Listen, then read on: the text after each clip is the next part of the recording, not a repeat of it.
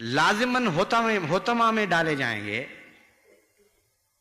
وما ادراک مل ہوتما، اور تجھے کیا چیز بتائے، کیسے سمجھایا جائے کہ ہوتما کیا ہے. نار اللہ الموقدۃ التی، یہ اللہ کی بھڑکائی ہوئی آگ ہے. تطلع علی الافئدہ، جو اس بات کا انتظار نہیں کرے گی کہ جسم جلیں تو پھر جان جائے، وہ براہ راست دلوں پر جھپٹے گی. انہا علیہم موصدۃ، وہ ان کے لیے بند کی گئی ہے. فی امد ممددہ، ایسے عمود میں جو کھچ کر لمبے ہو جاتے ہیں.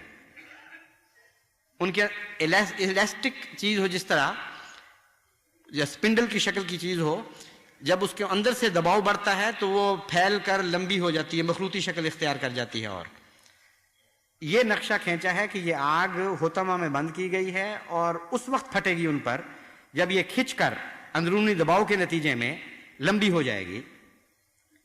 اب سوال یہ ہے کہ ہوتما کا لفظی معنی کیا ہے؟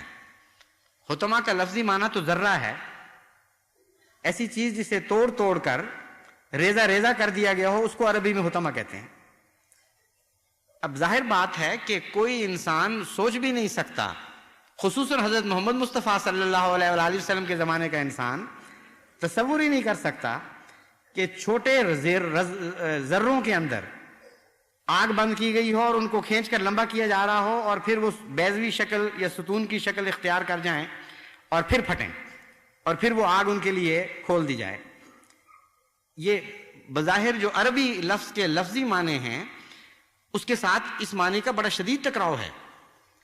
اسی لیے گزشتہ مفسرین کو اس کے معنی کرنے میں دقت پیش آتی رہی ہمیشہ، اور وہ کئی طرح سے اس کے معنی کر کے اس مضمون سے نکلنے کی کوشش کرتے رہے.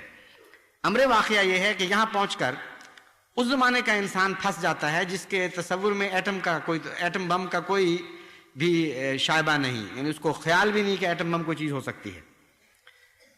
لیکن قرآن کریم تو ہر زمانے کی کتاب ہے، اور یہی اس کی سچائی کا ایک عظیم الشان ثبوت ہے کہ ہر زمانے کی باتیں کرتا ہے.